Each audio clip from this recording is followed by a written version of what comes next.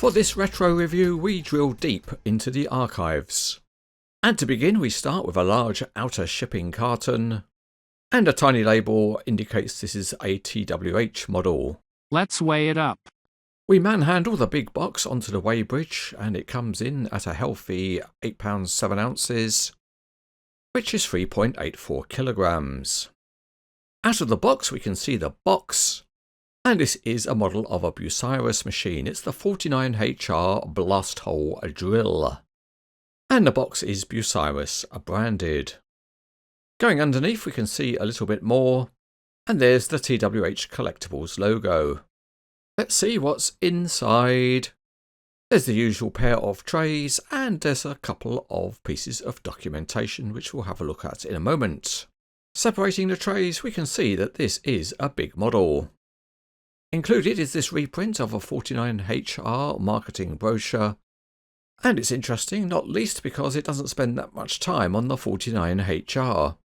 Instead, it's a wider booklet about the Bucyrus machines, and it also has an interesting section all about the history of the company and the machines that it made. So the poor old 49HR doesn't get much of a look in, but at least the history section of the brochure is very interesting. And as we always say, something is better than nothing. Also included is an instruction sheet for the model, and that's very useful to help with the unpacking and setting up.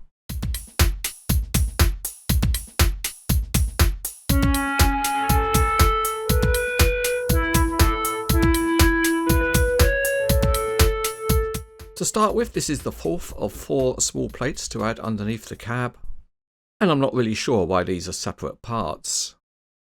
Out of the box there are also the roof sections to add on, and we'll see later on why they are removable.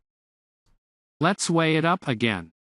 So the heavy lift giant hands get to put the machine on the weighbridge, and it comes in at 5 pounds 9 ounces, which is 2.51 kilograms.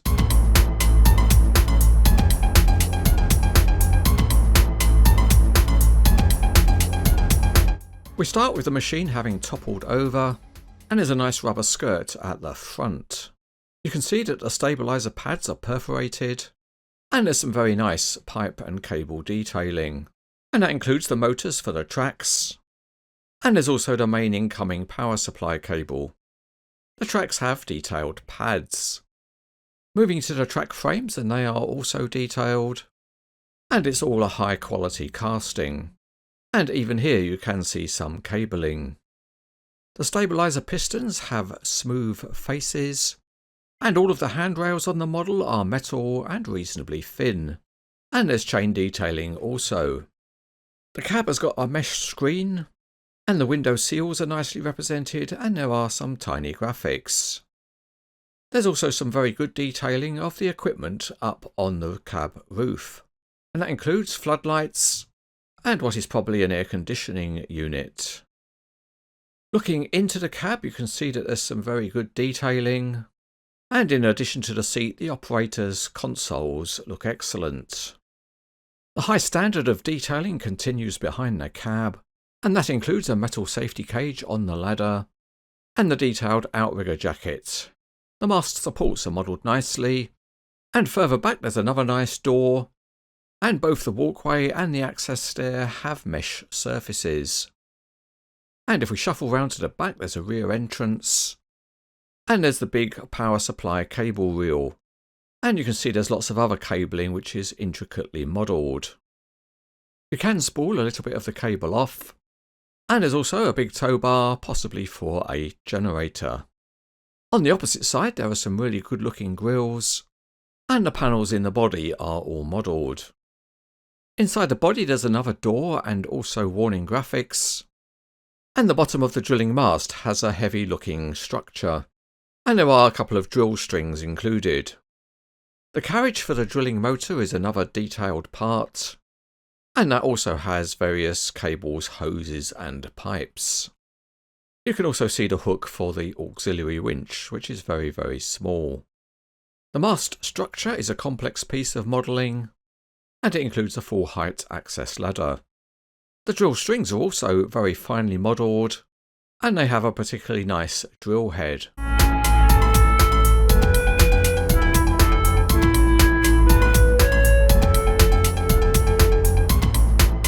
Back in accident mode, we can see that the tracks are extremely free rolling, but they can't bite on a smooth surface.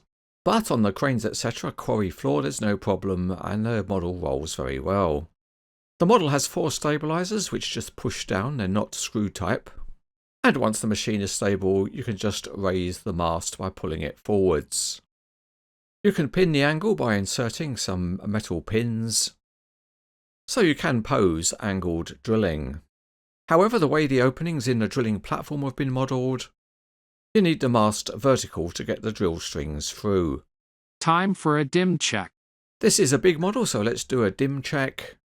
And to the top of the mast it's about 23 inches or 59 centimetres. And with the mast up, if we go end to end, it's around 14 inches or 36 centimetres.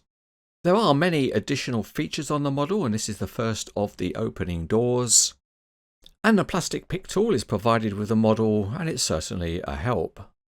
The rear access stair can be raised and lowered. And here is the first of the doors into the cab. On the opposite side, the protection grille can be raised up, and I guess that makes it easy to clean the window. On this side there's also another opening door into the cab.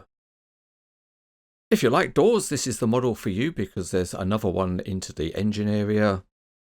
And there are also opening panels on the side. These can be a bit fiddly to open, even with the provided tool. But as you can see, once they're open, there's equipment to be seen inside. And we're still not done because there's also another opening panel. At the back, there's a sliding guide for the electric cable. And you can also rotate the cable drum. But only a little because most of the cable is actually stuck on. An unusual feature of the model is that you can detach the roof panels. And there are 3 of them. Once they are carefully removed, you can have a great look at the interior detailing. There's various equipment and switch cabinets, and they all look great. It is all a remarkable level of detailing considering this is the inside of the model. The dual motor carriage can be moved on the mast, and to do that you use 2 special keys. And the carriage gets moved using a rack and pinion mechanism. The whole arrangement is stiff enough so you can position the carriage anywhere, and you can move the drill string into place and connect it to the motor. And if you want to spend a quiet hour or 2 rotating it, you can. The 2 drill strings are positioned on either side of the mast, and depending on whether you want long or short, you can rotate one into position. Once you get it positioned over the hole, you can lift up the drill string, and then you swing the holder out of the way, and if you want, you can then insert it through the drilling platform. There's one more feature to see, and that's the working winch, and a special long key is provided to operate it. Because the hook is so light, it's best to have a load on it.